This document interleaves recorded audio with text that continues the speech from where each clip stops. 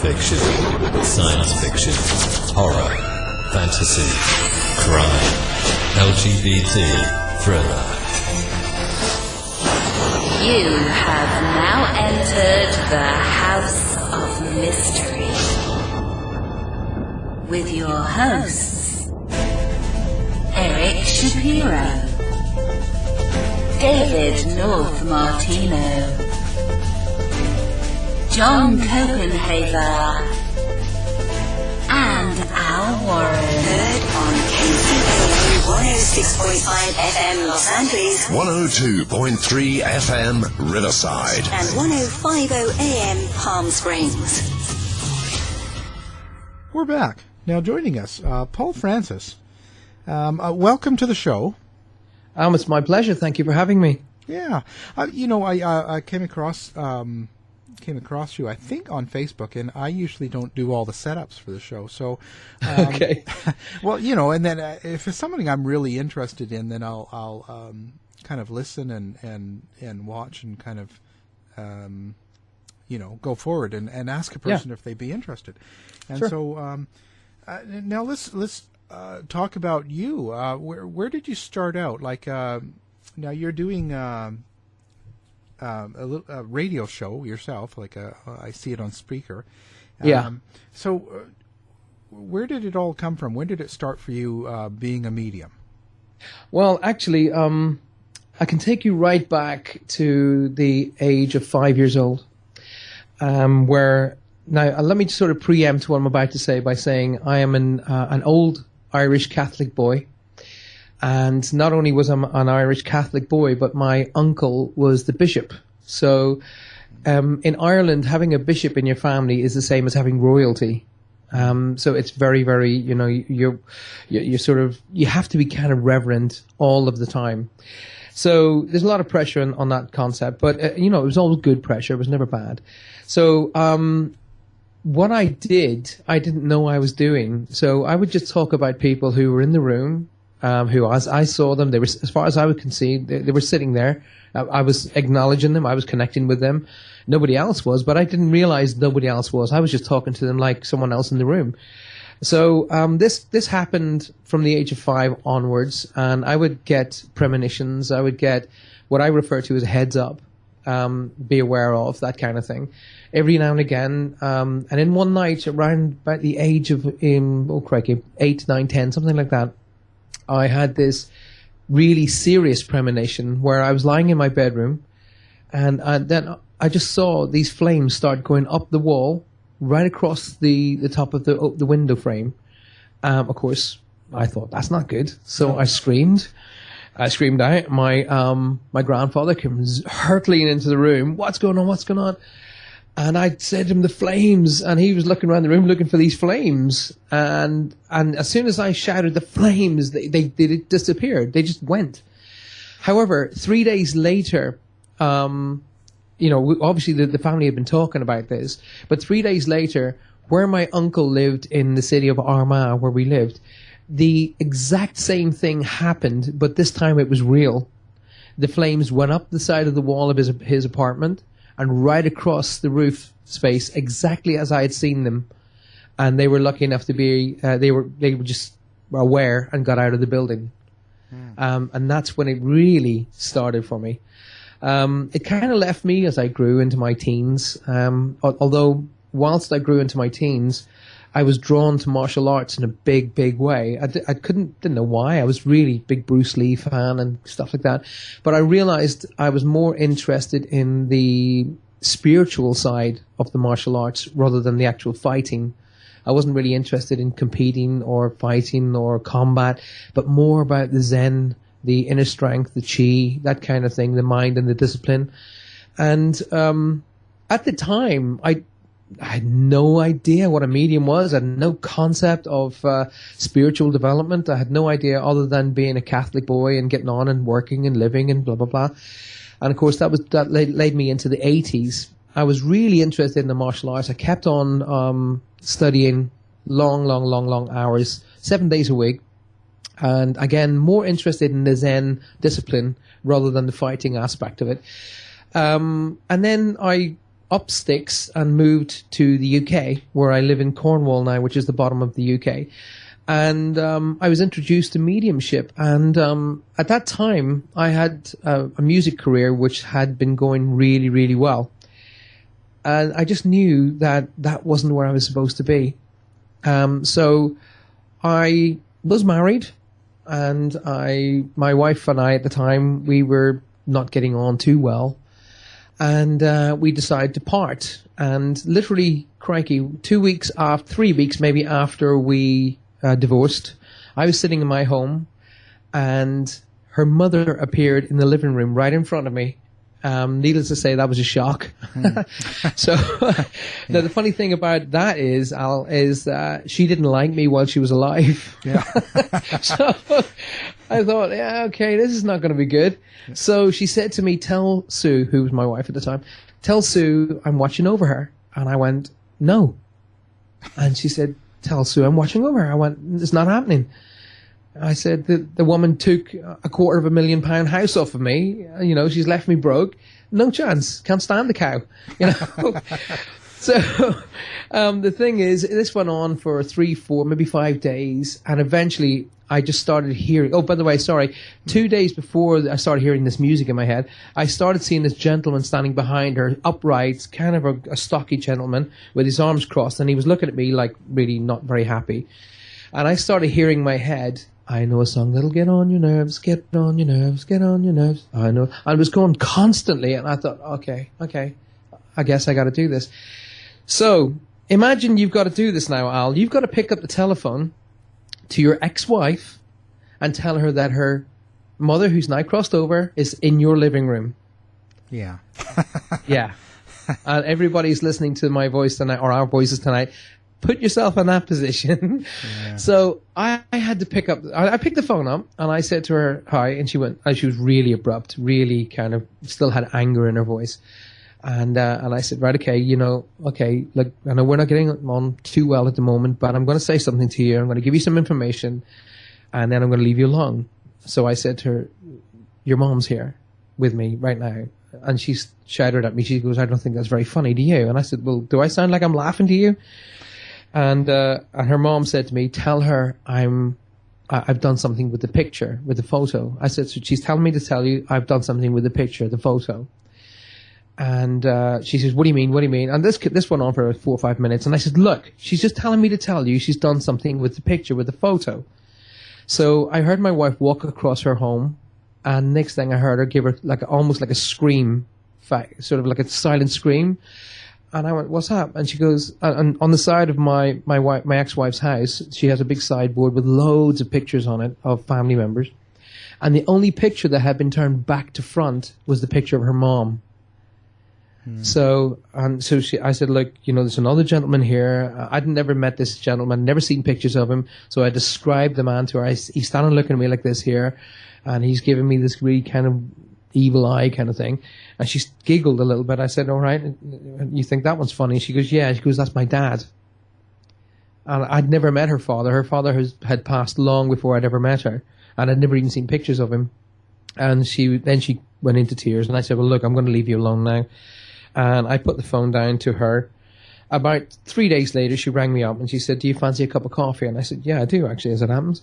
So I met her in a local cafe. We sat down and she said, how did that happen? I said, I have no idea. So I told her the whole story again. She'd had some more tears. And from that moment to this day, we've been really close friends. So it worked out in favor. So none of this was really, so when you were married, yeah, were these things happening to you? Like, were you still getting... I was getting sensations and feelings and heads up and stuff. And, the odd thing, like, someone would say to you, how do you know that? And I said, no idea. It just came into my head, I still, at this point, Al, I had no clue what a medium was. No idea what a medium was. 2 weeks after that encounter with my wife, I was introduced to mediums. Okay, and I started being introduced to all of this concept. And I was like, okay, did a bit of research on it. A week after I started the research, I was selected to go on Living TV, which is a big TV show here in the UK, to work with the top mediums of the UK. So clearly this was set out. So as I started into that, I got into working on TV. I got into working with my teacher here in the Southwest. She's really, really tough. She's like, very tough teacher. And I was drawn to her, and she schooled me. She mentored me. And then eventually she said to me, right, you need to be going, and you need to be going big. And I still didn't think I didn't know what big was, because I was too interested in the music business at that point. My career took me on to big TV shows, music-wise, where I performed with Bono and U2. But I just knew that wasn't where I was supposed to be. So I eventually turned my back on the music career, started writing books. I got more and more and more into working as a professional medium. And now for the last, 20 years now, I've been working steadily and more around the world. My books are going international. My radio show is international, a bit like yourself. And we're now looking at TV at the end of this year. Well, I have to ask now. So you Sure. came up as a Catholic in Ireland. So how did that affect your family and also the church and people? Because I don't know your age actually, but I'm sort of guessing you're around my age. And Okay. I don't know what your age is. well, I'm actually 53 now, but you look. We are only 24 months apart. Oh, there you really? go. Yeah. You look much younger. Okay, so Thank you. Thank you. so take it that way. And I just because I know when I was young and dealing with these things, over here it seemed to be everything was devilish. Like that was Yes. It was not thought of as like it is now. It was very negative. Things on TV were like dark shadows, and Yes. and people had a very witchy Satanist thought if you were talking to the dead. So you being so close to the church and having Yes. a bishop, how's that for the family then and even now? Well, the thing is, and that's a great... Do you know what, Al? In my 15, 20 years working as a professional medium, no one's ever asked me that question, ever. Oh. So, well done you. Now, here's the way it works. I'm genuinely honest. You know what? The funny thing is, I can't lie. I just will not lie, and I won't put myself in a position where I can be tripped up. So, the funny thing was, I kept it quiet. I didn't tell anybody. I started training and I started working for 3, 4 years, 5 years, and didn't tell anybody about what I was doing. No one, no members of my family except my immediate family, i.e. my wife, my kids, knew I was going off to do some sort of like meditation training and things of that nature. And I remember one day I had to sit down and I rang my mom up. My mom was my best friend. Oh, still is. She's crossed over now, but I remember picking the phone up to her, and I wanted to tell her what I was doing because I wanted her approval, I wanted her understanding, I wanted her direction, design, whatever we want to put into it. So I picked the phone up to her, and I said, "Hey, Mom, how are you?" And she was like, "Hey, son," and I said, "Look, Mom, do you know what a medium is?" She goes, "Oh yeah," and that first shocked me because I'd never heard of this, and she went, "I want you to?" And she went, "Yeah, oh yeah." Yeah. She goes, "There's a couple around here." I said, "There are mediums in Ireland?" She went, "Yeah." She goes, "Why do you ask?" And I said, "I'm training to be a medium." And her next words shocked me, and I still feel the shock to this day. Her next words were, "Oh, it's about time." And I went, "What do you mean it's about time?" And then she started telling me about all the things I used to do when I was a kid. And I didn't, like I said at the beginning, I didn't know these people weren't there. And I was talking to people in the living room of our house in Ireland where they had been gone 20 years before I was even born. But as far as I was concerned, that man was sitting in that chair.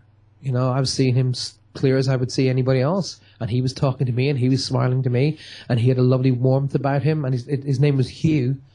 And he had a long dark beard and very little hair on top. But as she said, it's about time, yeah. And then at that point, then I was able to let go of the shackles and tell them that I've been training for quite some time. And then I told her the story about what happened with my wife and stuff.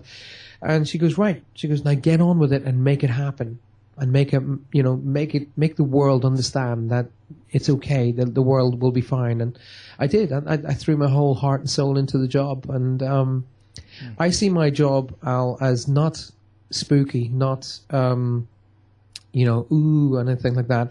I see my job as educational, nothing else. I want to alleviate people's suffering. I want to take away the pain of loss. I want to take away the heartache of losing a loved one, and let people know that our friends and family who cross on ahead of us, they're not gone. They're not. They don't understand the concept of death, because if they're talking to me, how could they be dead? So, in all of my work, Al, I've never had a person ever say to me, "I died." They always say, "I went home. I go home." So, the way I've got it after all my years of work is, we're the ones at school. We're the ones that are away. We're the ones training. And eventually, one day, when the time is right, we will go home as well. And we will meet up with all our friends and family when the time is right. And they are very much a part of our lives. So I see my job as showing everybody here that they're not gone. They're still a part of our lives. And it's the bonds of love that linked us here whilst they were with us, still link us whilst they cross to the other side. Yeah. And and the mother always knows, doesn't she? Oh, gosh, yeah. And, so you mentioned, okay, so now she's passed and crossed. You still have a connection with her then? Because quite a few mediums don't, they're unable to connect, or they don't seem to connect with people that are very close to them. That's another wonderful story, if you don't mind me sharing with you. No.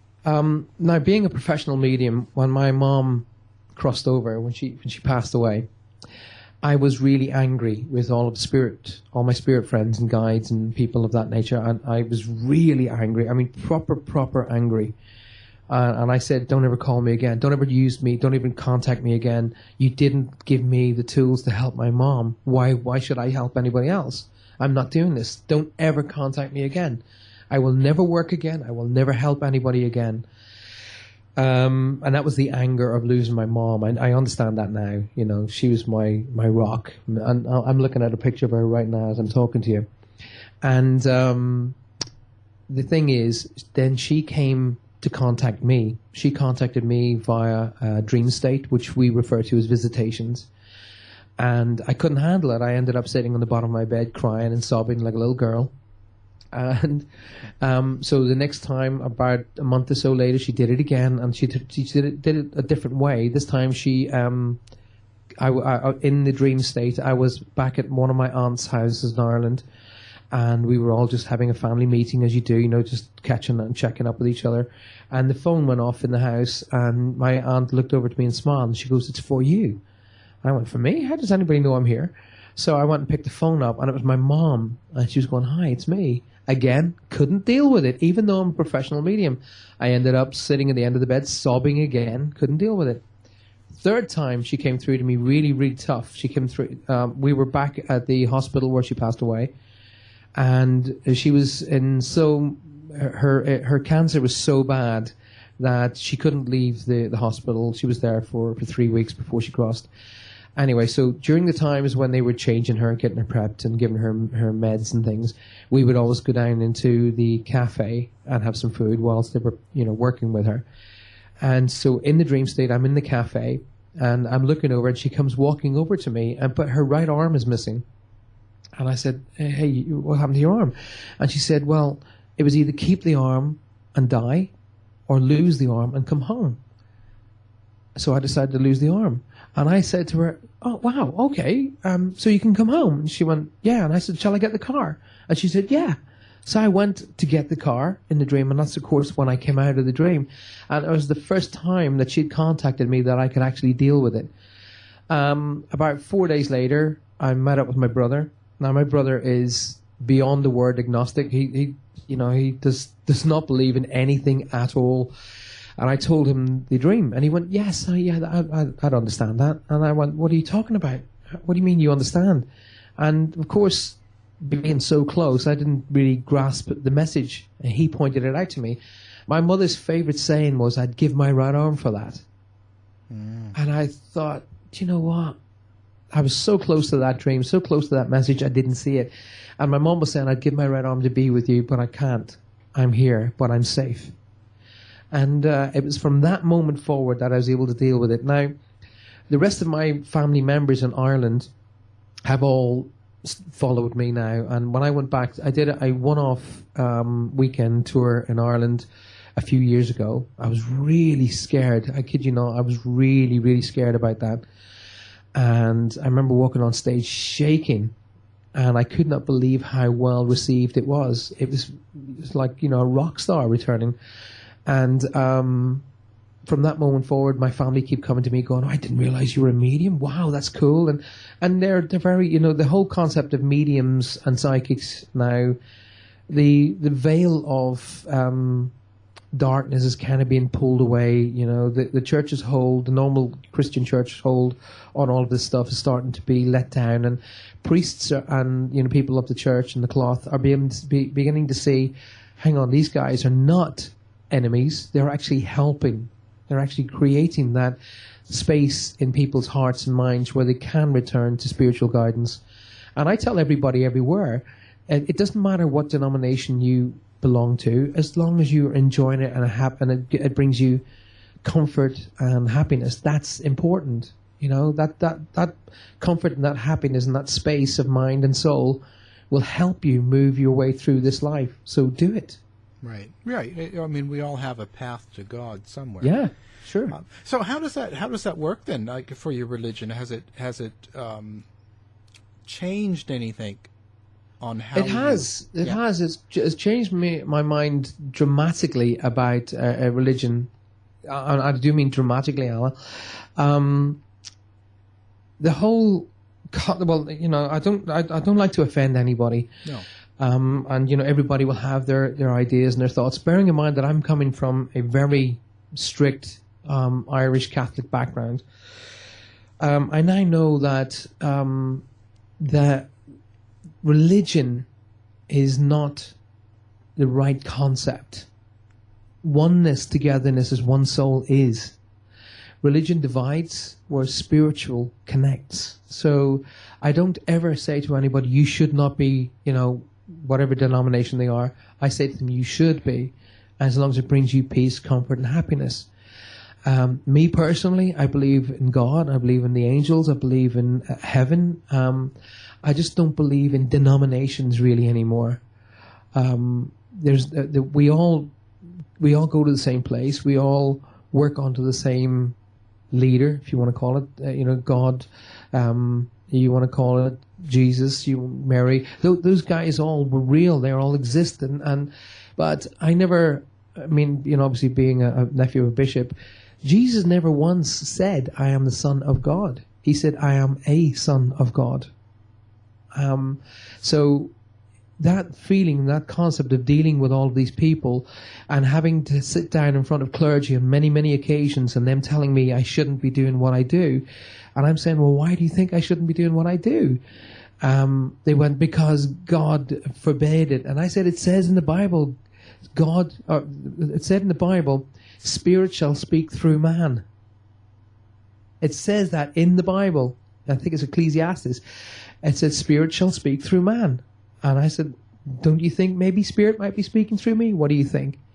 And I said, I can tell you here and now, I'm putting more people through your doors than you are.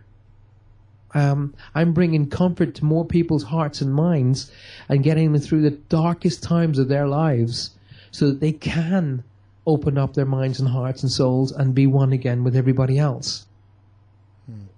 Now, do you think everybody has this ability to connect? Yes, every single human being on this planet is psychic, bar none. Every single one. We are all born with a psychic ability, every single one. Mothers, they become even more increased. A mother can tell when her children are okay or not. They don't even have to be in the same state or even in the same country. They know. They've got that feeling, that connection. That is a psychic connection. You walk into a room, Al, you know that whether or not you're going to get on with that person. You just feel it. That's a psychic connection. You know, you're sitting in your car, you're driving along in your car, you get this feeling of slow down or stop, and you do it, and all of a sudden a car pulls out in front of you, or a kitty runs out in front of you, or a horse or whatever, but there's something telling you, be aware of this. And then what I do is I teach people to become just more attuned to those feelings, those thoughts, and those connections.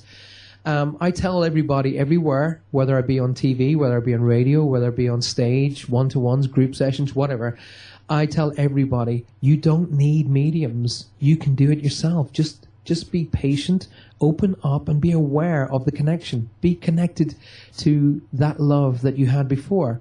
Open up the love. Don't open up the sorrow. We as human beings open the sorrow because that's what we see. We remember our loved ones as we saw them last, lying in a casket. That's not how they want to be seen.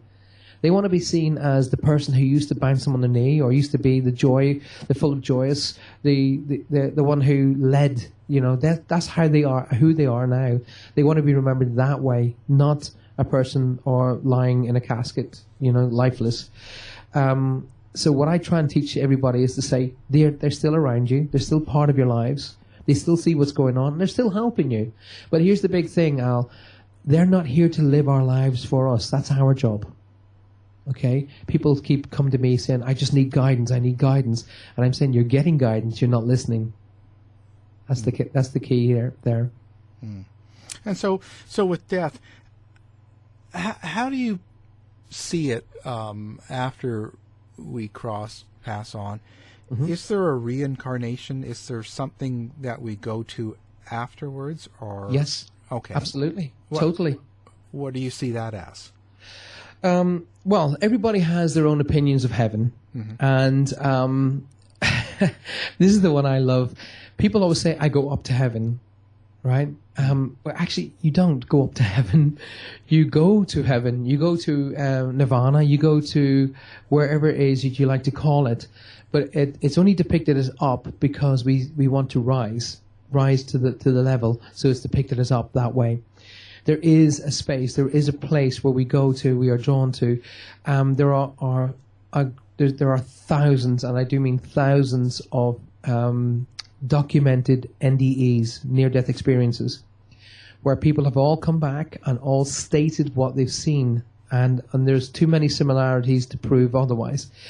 There's a major hospital in London where the surgeons were kept getting told, I was watching what you were doing on me whilst I was lying on the table. So the surgeons thought, okay, I tell you what, let's test this theory.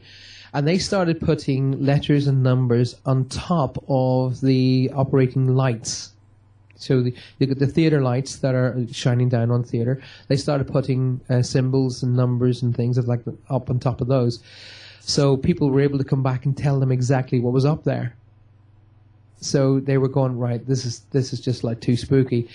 There are thousands of documented cases, and literally documented cases of people who come back and remember their previous lives and take. There's camera crews and documentary shows where they've been taken back to where they were. They were able to name everybody connected to that area and even find previous relations, told the relations things about themselves that they knew from when they were here first, and proved without shadow of doubt that they had been here before.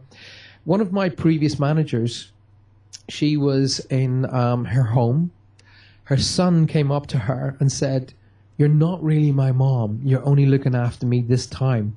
And then he spoke fluent Mandarin Chinese to her. So the kid was 12. There's no way he could have learned that language. And he pointed out on the globe where he was originally from. That I've seen that one happen. So there's just too many concepts of being here before. Yeah, it's pretty amazing. But so now you're onward and you're doing. So what started first for you? Was it did you first start reading, like, because you're doing touring and writing books? So what is it that you do when you go on tour, when you're on a stage with your? When I'm on a stage, one of the things that I'm known for is being a bit of a joker. You see, when I go on stage, I literally bring a show to the stage. I literally do that. I bring on the fun, I bring on the laughter, I bring the jokes. And the reason I do that is because I've never found a miserable spirit. I've never come across someone who's wants to talk to me or talk through me to someone in the audience who's sad. So therefore, I won't act sad. So when I come on stage, I'll have a laugh. But I always start the show off by doing a questions and answers, a kind of an interview scenario, if you want to call it that. I will let the people of the audience interview me. I will let they'll be handed microphones and they can ask me questions of any.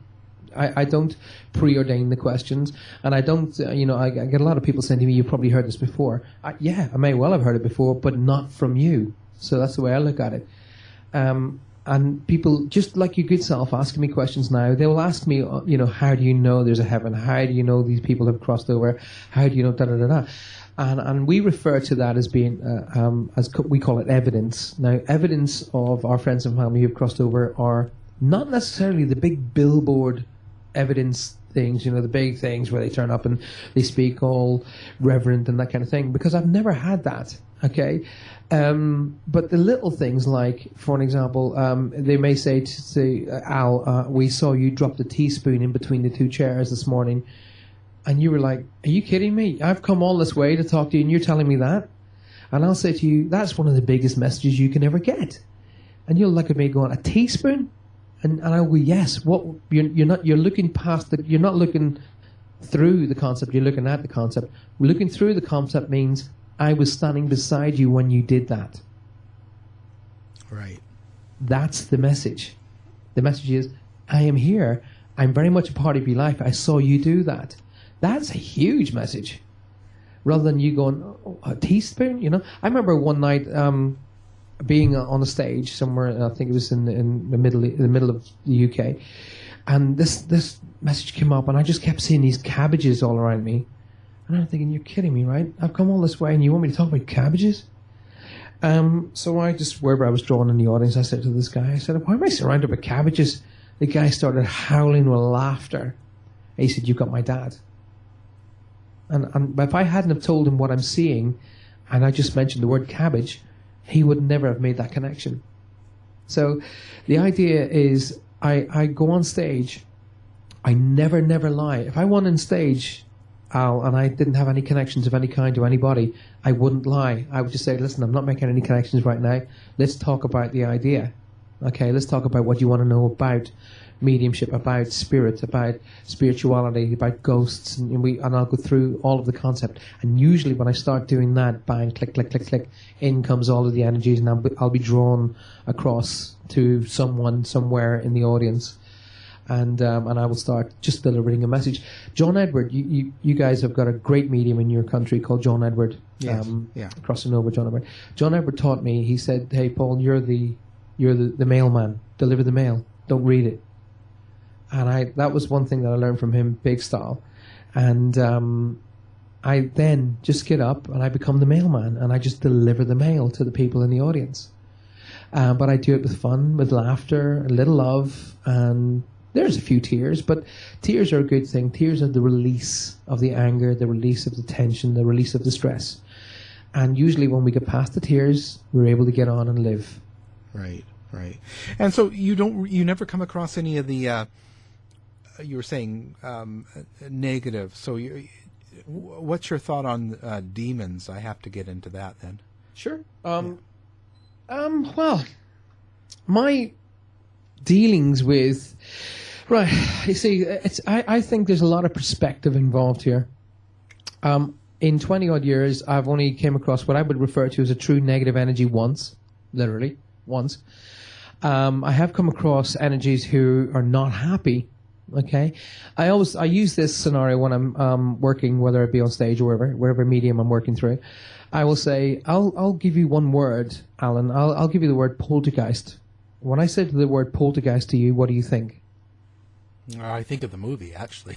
Right? That's the and usually that's drawn to, and that's probably part of one of my points that I'm about to share with you. So, what's your second concept, poltergeist? Apart from the movie. apart from the movie. Well, I'm thinking more negatively. Something more Evil. evil. Something that something in the house. Something that's perhaps wrecking, slamming things about, slamming doors, Yeah. breaking pots, breaking glasses, pulling chairs, pulling hair, pulling people from their beds. Okay, and poltergeist. Okay, so let me just educate everybody. Poltergeist is actually German word. Well, actually, it's German. It's two German words. It's polter and geist. Polter means unsettled. Geist meaning ghost or spirit. Unsettled ghost or spirit. Okay, let me throw you into another concept here. Imagine I've come around your house, Al, and we're sitting and we have maybe 8 or 10 friends. Okay, and we're all having a chat. And we're all talking, we're having a good time, and we're having some coffee or some wine. And we're all talking, but nobody's talking to you. And then we start talking about you. And I'll be saying things like, I was on Al's show. Yeah, he was great fun. He's a great interviewer, a lovely guy. I loved his voice. And then still no one's talking to you. And you're trying to interact with the conversations, but nobody's responding, and it looks like people's ignoring you. Sooner or later, you're going to get a little hacked off, right? Unsettled. right. Poltergeist. Now, the reason, like the word poltergeist and the Ouija board, when I say Ouija board to people, the very first thing they think of is evil for Right. some reason. Yeah. And you know what? Let me retract that. Everybody thinks the word evil, and I went for some reason. That's wrong, because when I first became across Ouija boards, I went, oh my gosh, I'm not getting involved with those, evil. Until I was trained and taught. And the only reason that the Ouija board has the label of evil is because of the movie The Exorcist. Before the movie The Exorcist came out, Ouija boards were as common as a kettle in your home. In fact, Victoria, England, you were looked upon as being a little bit weird if you didn't have one in your house. Okay, they were very, very common. They weren't evil. And I'm going to educate all your listeners right now. Ouija boards, and I'm sure people are going, oh my gosh, he's talking to evil now. No, think about this for a second. And this is how I was taught. I'm going to, everybody's has got a fair level of education. So my teacher, the teacher who taught me about a Ouija board, was, first and foremost, it's nothing more than a tool. That's it. End of. No different than tarot cards or anything else of that nature. Okay? And he said, right, okay, you think the Ouija board is evil? And I was like, well, it can't be good. And he said, right, okay, what's evil about it? And I said, well, and I couldn't give him an answer, to be honest. And he said to me, right, pick up any magazine in this room. And I went, okay, so I picked up the first magazine I saw. And he said, right, I want you to find the letter A in the magazine. So I looked and I went, there you go. And he went right through from A to Z. And he said, can you find the numbers 1 to 10? I went, yeah, there you go. He said, can you find the word yes and no? I went, yeah, there you go. He said, can you find the word hello and goodbye? I went, yeah. He said, so basically that magazine in your hand's evil, right? And I was like, well, no. He said, well, according to you, or your thought pattern, it's evil because that's what's on this board. It's a piece of wood with these words and numbers written on it. And I thought, you know what? That's right. That's actually right. He's right. It's a piece of wood with hello, goodbye, yes, no, 1 to 10, and A to Z. That's it. Okay, so you literally could set a magazine down, put a little counter on it, or a glass or whatever, and the magazine then could become the Ouija board. No different to having a specifically designed Ouija board. So I got past my prejudice that way, and then realized that it was media that had created the concept of evil around these things. Okay, and it's also, we have a big show over here in the UK. I don't know if you have it in America or not, called Most Haunted.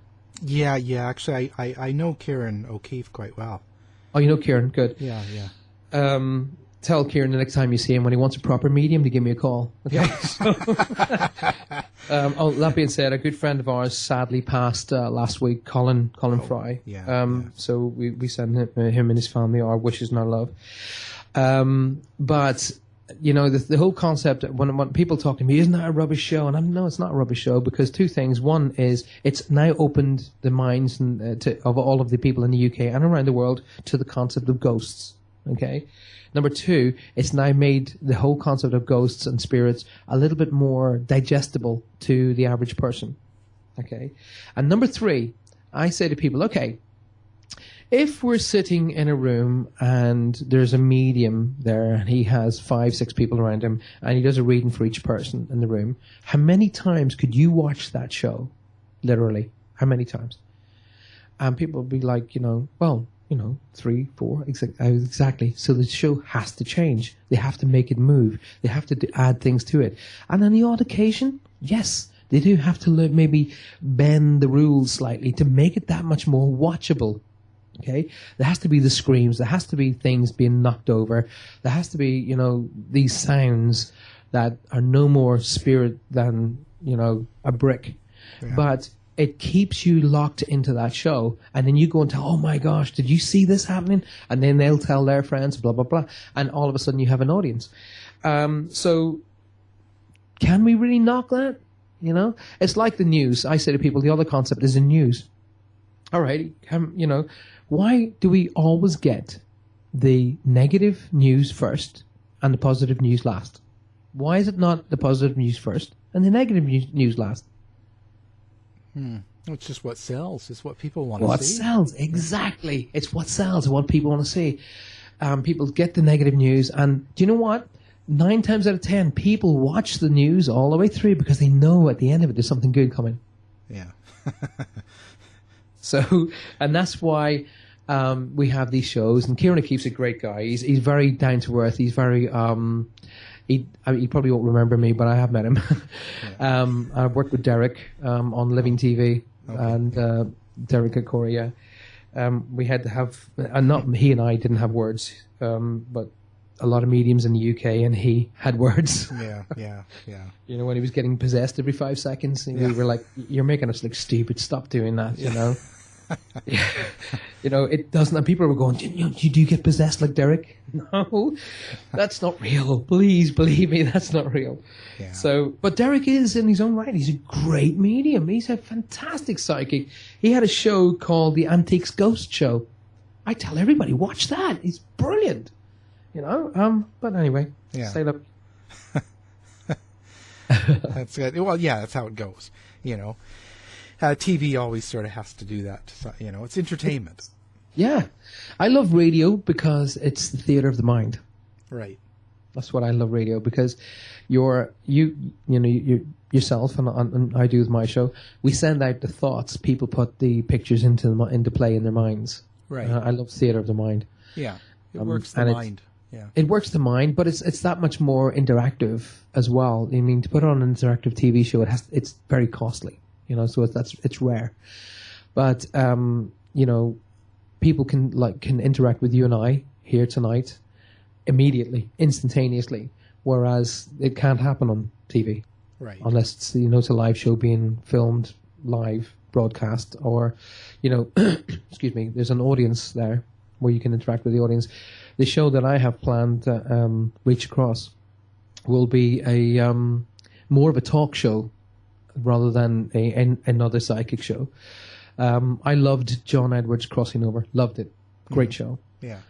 So I wanted to take John Edwards' Crossing Over and enhance it slightly. Not take away from it, because John, in my personal opinion, John is the best medium on the planet, bar none.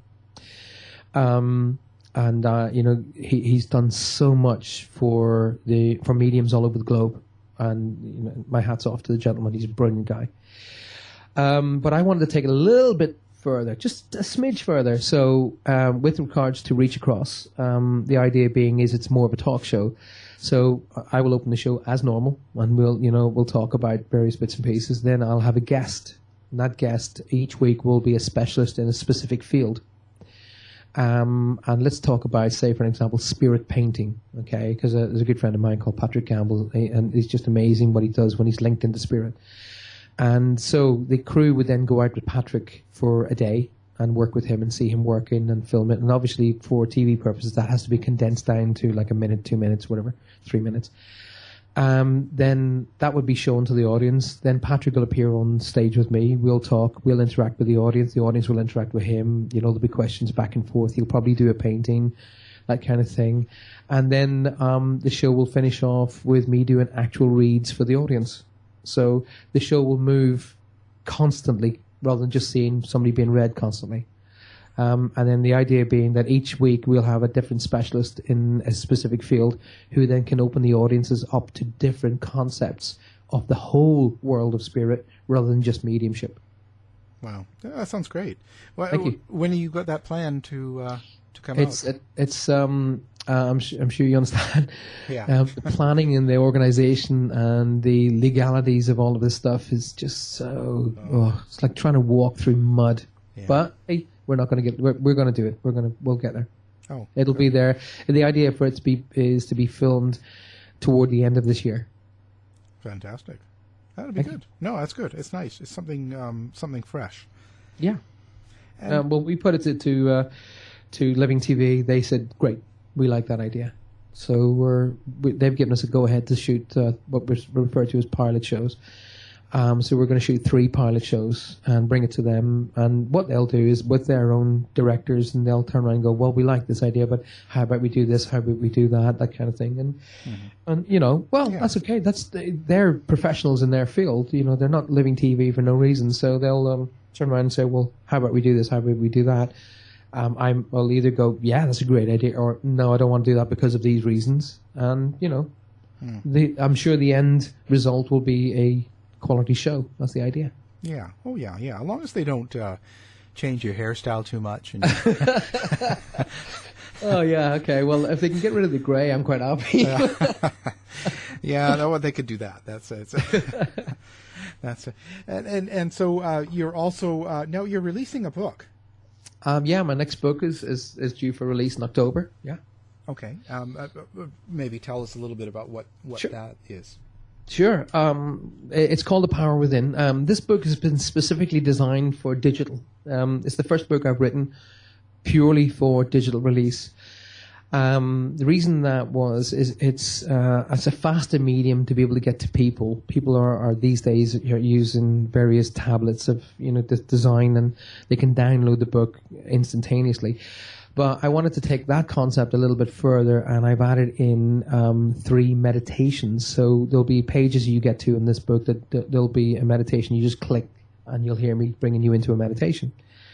The book is called The Power Within. One of the big concepts that I learned through all of my work, from beginnings of a psychic to a psychic medium to what I do now to life coaching, all that kind of thing, was to get people's power back to them. When you lose a loved one, a grandparent, a parent, a husband, wife, brother, sister, and the worst one for parents, when they lose children, they lose their power, they lose their energy, they lose their desire, their want, their need to move forward. So my book, The Power Within, is to bring you back to that energy. So you're able to tap into that power that you already have. It's all yours. And release it so that you can clear your mind of negative thoughts, clear your mind of worry and pain, and look outside the window and see that life is really there and it belongs to you. I too am a cancer patient. I didn't share that with you earlier. I had cancer 3 years ago, and it was it was a bad cancer. I'm here to talk about it. That's more important. And I realized that what I teach people these days is to not waste a single second of their lives. Don't waste your time. Don't waste it at all. Don't wait for something, some atrocity to happen to you before you realize, wake up and get on with living. That's the book is all based around that concept. It's also based on the concept of retraining people's minds. We as humans, instantaneously gravitate to the negative. We instantaneously gravitate to the negative. Even if we're given something good, even if something great comes along our way, we then think, right, okay, that's good, so there must be something bad coming along behind it. And people don't understand, when you're being given something good, enjoy it. Get on there and enjoy it and have a good time with it. I teach people through the book to retrain your mind to thinking positively, thinking about the good stuff, and thinking about how good your world really is against what you think you've lost. Because we always focus our minds on what we've lost and what had gone, what we don't have, instead of what we have done, what we have achieved, and what we've got. Those are better. Those are stronger, more powerful energies. Good will always overpower bad, always. So I just train people to think that way again. I also noticed that listening to your radio show, that seemed to be what your focus was. And so that's kind of what you do on your show as well. Yeah, one of my you can when you listen to Spirit Quest Radio, it's based primarily on music. It's like 70% music with 30% work. Now the reason I designed it that way was music instantaneously brings people to an emotional level, instantaneously. Right. So when you play a song of any kind, they're transported to, oh, wow, do you remember? And when that music, it plays in, 95% of the time it takes you to, oh, wow, I was having a great time. I met my first love then, or whatever whatever it brings you to. But it transports you there almost instantaneously. Now, there is going to be a certain amount of songs that will bring you to maybe a negative scenario where it was a heartache or heartbreak or the loss of someone, and this is the song that they played at their funeral, that kind of thing.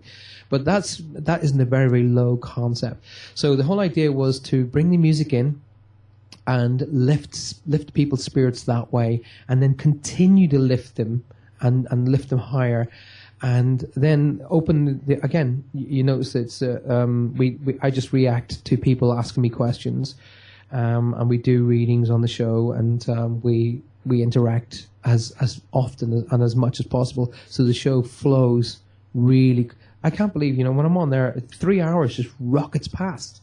It just I'm always coming to the end of the show going, well, we're at the end of the show now, and people are going, no. But I've been sitting there for 3 hours, and they don't realize it. Wow, it's so. yeah. That's, and then now you're doing a tour here in October, November, right? Yeah, that's right. I'm going back home. I'm going back to Ireland. It's called the Coming Home Tour, and I can't wait. I really, really can't wait. We're going to be doing, I think it's 4 or 5 shows. The first one's in Dublin. The second one is in Cork. The third one is in Newry, where my mom grew up and where I lived for a short time. The fourth one is, I can't remember, it was supposed to be Belfast or somewhere around that area. And the fifth one is my hometown of Armagh.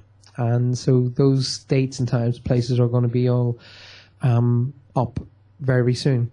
Right. So we're trying to do the tour in and around the release of the book.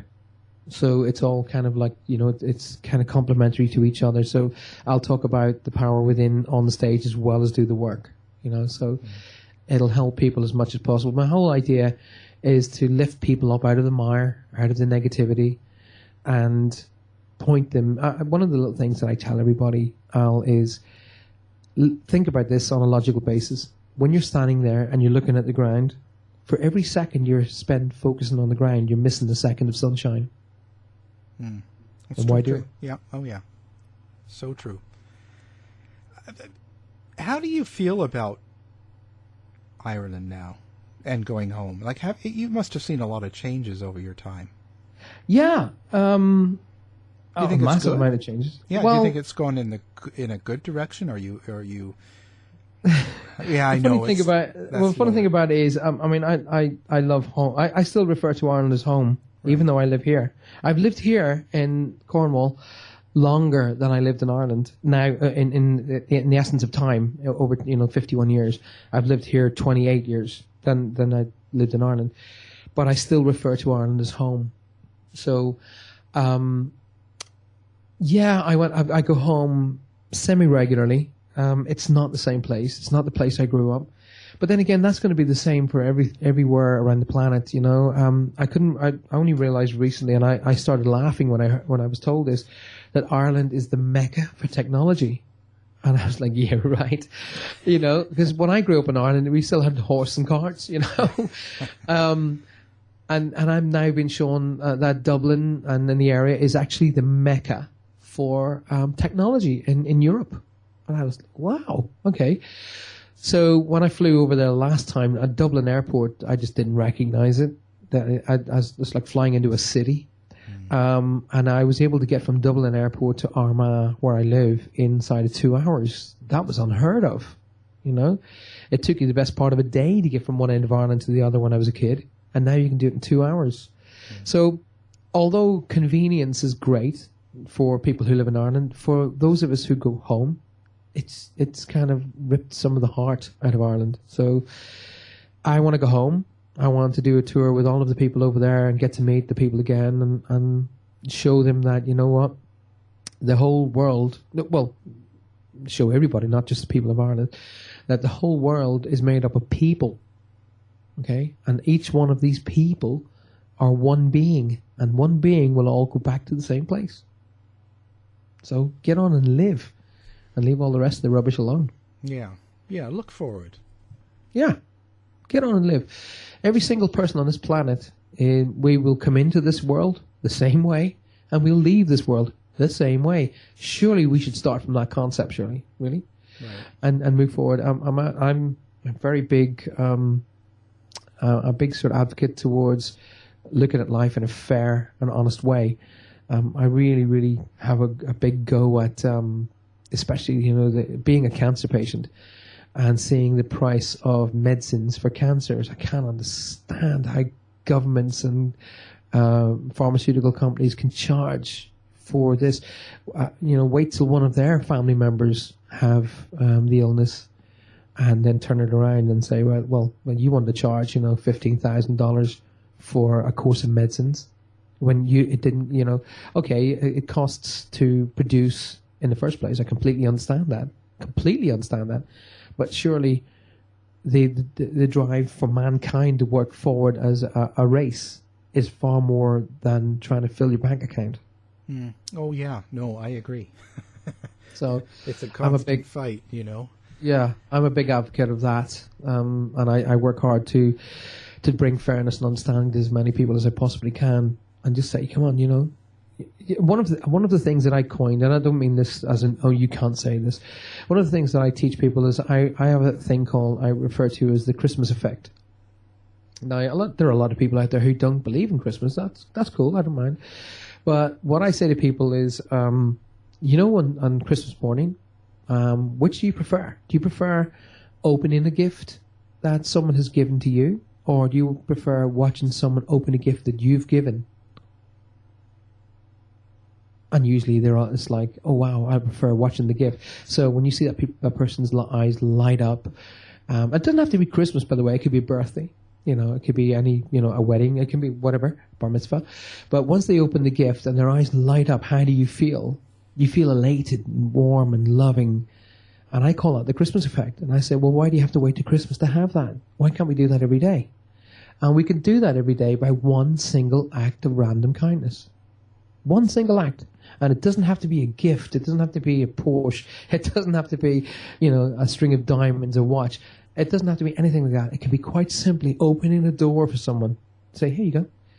And you watch their face, and their face will light up, and you'll feel good. They'll feel great. And guess what they'll do? They'll go and do it for somebody else.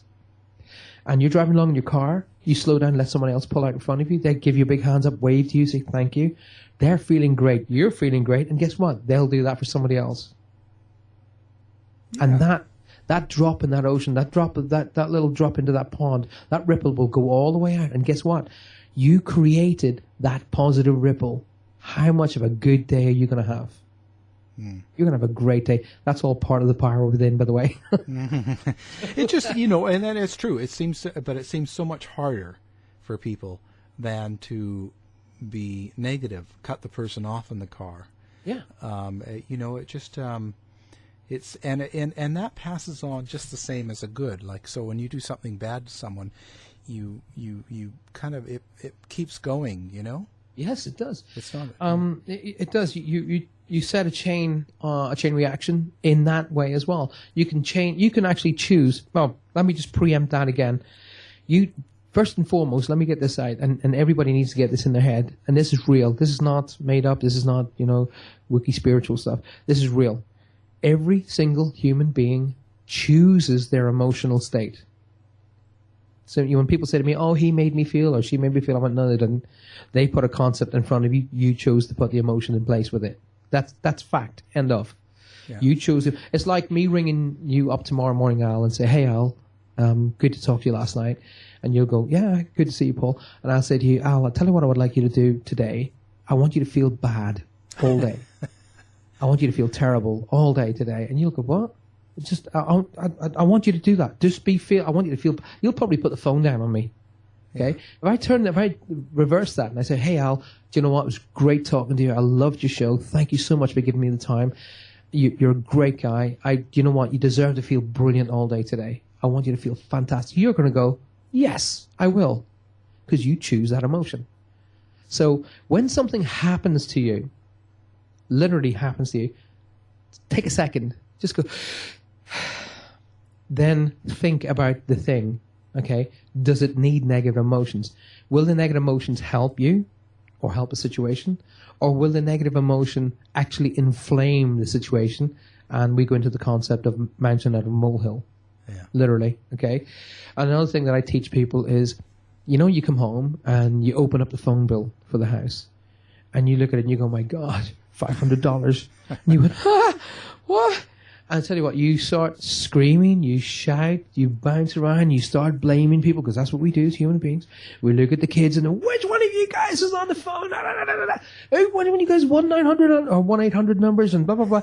And then, when we finish creating all the negativity around the house and everybody hates you and your wife doesn't want to talk to you and she's not going to make dinner tonight and you're now standing there with this bill. Has the bill changed? No, exactly. There you go.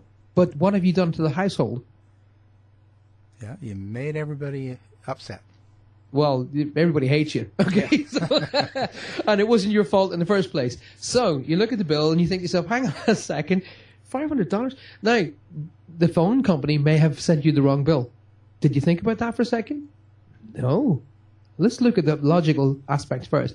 And then we ring up the company and go, "Hey guys, listen, this is $500. Why have I got this?" They'll explain to you. Then you can say, "Hey guys, do you know what? You guys have cost me $500 this month. What are we going to do about this?" And they'll go, "Hey Dad, sorry about that. Here's a couple of $100 towards that." And you've handled a situation positively.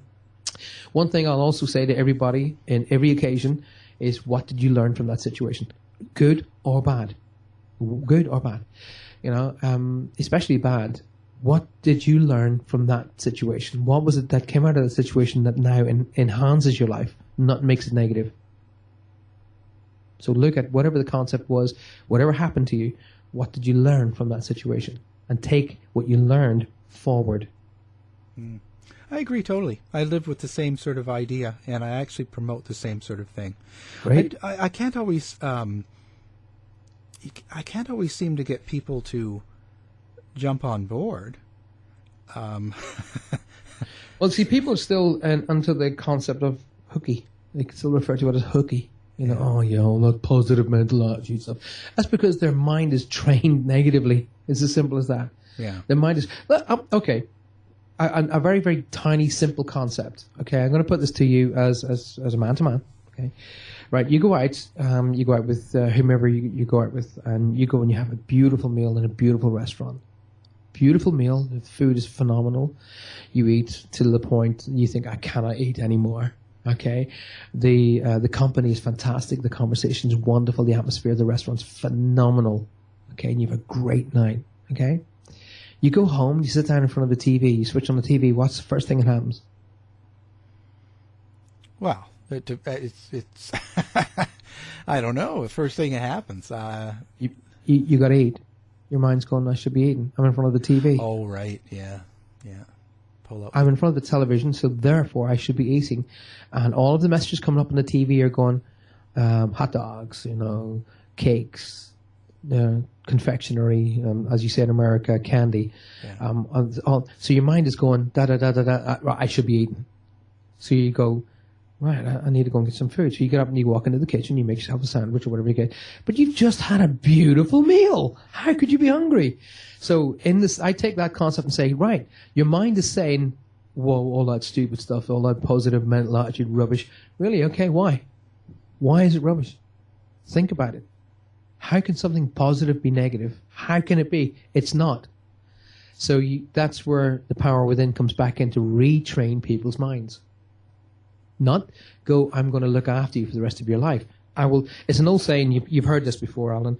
You give a man a fish, you feed him for a day. You teach him to fish, you feed him for a lifetime. So what I do is teach you to fish again. Retrain your mind. Get your mind away from automatically going down the negative route into the positive route. And guess what? Once I've done that, I call, people say to me, I want you to train me to be a medium or train me to be a psychic. I call it personal development. I don't call it psychic development. I call it personal development. Because when you develop as a person, you develop spiritually. And then when you develop spiritually, you develop as a person. So what I try to do with the power within was do both of those concepts at the same time. Wow. Well, fantastic. No, actually, that left you a bit speechless. Yeah, things always do. But it's fantastic. Actually, we get very similar. I'll tell you. Because my mother died of cancer. I was a musician for a long time. Oh wow! There you go. So there you go, and here we are. Well, I the more that people can re-acknowledge music. My father doesn't acknowledge music of any kind. But I've never met a more miserable man in my life. Yes. Yeah. So I had the same dad. We're drawn together. It was my dad's the funny thing my father said to me. My dad said to me, he rings me up and he's a little grumpy, and he goes, "I'm here all by myself. Nobody comes to visit me." And I said to him, "Do you ever ask yourself why?" And he goes, "What do you mean? What do you mean?" He's like, he speaks really, really fast. And I said, "Do you ever ask yourself why nobody comes to visit you?" And it's not just because some of your sons are in different countries. That's just logistics. Why people who are around you don't come and visit you? Ask yourself that question. It is harder to judge yourself than it is to judge other people. Bob Marley said, for every time you point a finger, there are 3 pointing at you. Okay? So if you put your hand up and you point your index finger out and your thumb tends to be on top, look at the bottom 3 fingers. They're pointing back at you. So it's harder to judge yourself. Now, during my seminars, I do a little exercise. I get people to get out 2 A4 sheets of paper, okay? And they put them in front of them. And I say, on the left-hand page, write all of the things you dislike about yourself. Okay? And on the right-hand page, I say, all of the things that you like about yourself. And I say, go and fill those out. Write them down. And you don't judge yourself on what you think other people think of you. That's not what the exercise is about. It's what you think of you. What do you think that you don't like about you? Write it down. Okay, no matter what it is. Overweight. Okay, write it down. I sweat too much. Write it down. I'm a bit of a grump in the morning. Write it down.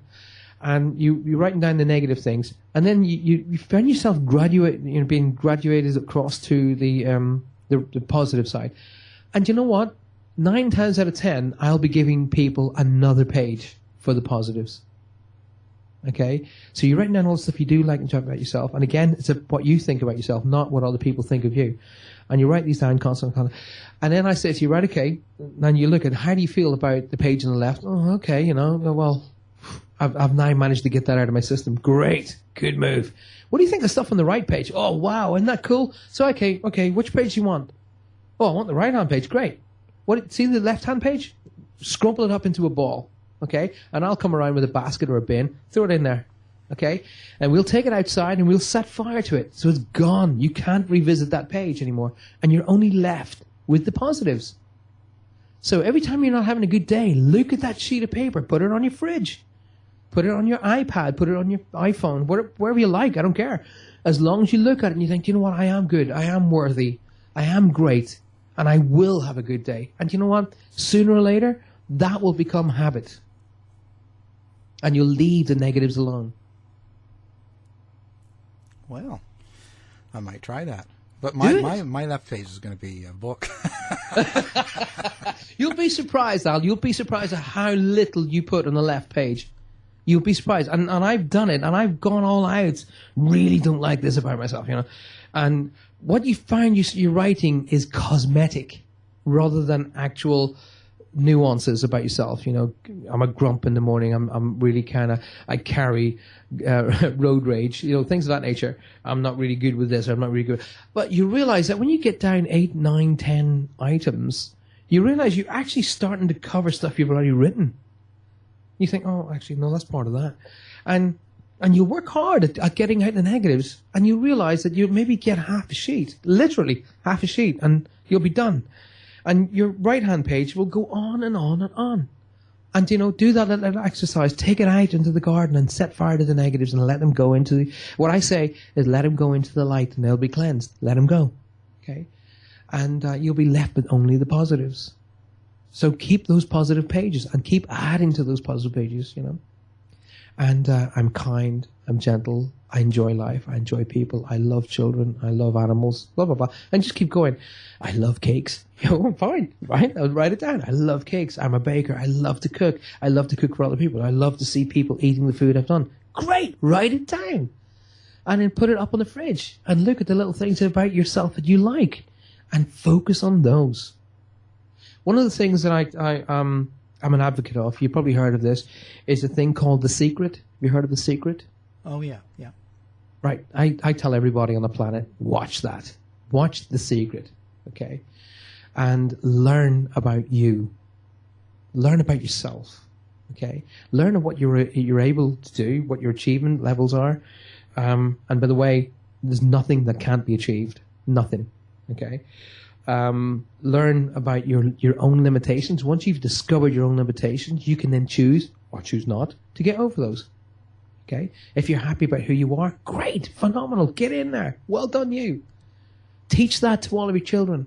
And the sooner we start passing that knowledge back, the sooner we'll get rid of famine, war, pestilence, worry, stress, heart attacks, cancers. As soon as we get that out of the way, the better. Now watch The Secret and you'll learn a lot about you. Well, we have gone out of time. Oh, sorry. I've yacked on for an hour and a quarter. Yeah, no, that's good. It's good. It's good. It's all good. Now let's do a little plug. So how do we? Sure. Now, if someone wants to get a hold of you, they want to pass on some information or talk to you or whatever the case. How do you suggest they do that? Well, the initial concept of how and the easiest way to get a hold of me is my website. That's the quickest way to do that. And it's quite simple, www.paulfrancis, which is all one word, paulfrancis.net, N-E-T. And Francis, F-R-A-N-C-I-S. So paulfrancis.net. And then all the contact numbers and everything will be in there. The other way, of course, is Facebook. So you look up my name, Paul Francis, psychic, medium, Paul Francis. And then you'll also can learn... contact me through the big chat room that we have called Spiritual Quest. So if you go into Spiritual Quest, it's got like nearly, I can't remember, 12,000 members, something like that. And Spirit Quest Radio as well, so which is linked into with ourselves on Spreaker. And there's many ways you can get a hold of me. The good thing now is to get a hold of my manager, Johanna, as soon as possible, because she's now starting to work on the tours for 2016. So if you would like to have the tour coming to your part of the world, then have a chat with her. We're linking in with Bobby Brown, and so the tour, there will be a tour in America. It will happen. So she's currently looking and focusing on Australia at the moment, so we'll see how that all works out. Yeah, go down under. You know what? And I love everybody. I've never had a massive desire to go down under, but she said, we're going to Australia. So I go, yeah, okay. Just tell me when, so I can then get on and see the concepts of being in the air for 26 hours just gives me another option of getting on and writing some more books. So. Yeah, no, it's a long trip. Just brutal trip. But oh gosh, but it's all good for you. It is good. If I can meet up with people like you, it makes my day. It makes I'm a happy man today. Especially how many things we got in common. It's just untrue. We've had the same dad. Yeah, exactly. It sure sounds like it to me, but I don't know. Well, maybe they were brothers. Well, yeah, hey, you never know. You've heard of the old concept, 6 degrees of separation? Yeah, yeah. There you go.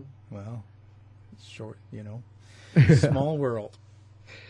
Well, thank you. Thank you so much for inviting me on the show. It's been an absolute pleasure. Oh, fantastic. I'm glad to have you. Oh, you're a gentleman. Maybe we can return the favor. You come on Spirit Quest. Oh, sure. Anytime. Let's make that. I'll get on to Johanna right after the show. I'll say, hey, listen, get a hold of Al, get him on the show. Yeah. Well, there you have it. I'm ready. Okay. Don't miss our next episode, Fuels Rush In, or the Star-Spangled Boner. This conversation can serve no purpose anymore. Goodbye. My micromechanism thanks you. My computer tapes thank you. And I thank you. This has been a production of the Z-Talk Radio Network. Turn it off! Turn it off! I can't believe I ate that whole thing. You ate it, Ralph. I can't believe I ate that whole thing. No, Ralph, I ate it. I can't believe I ate that whole thing. Take 2 Alka-Seltzer.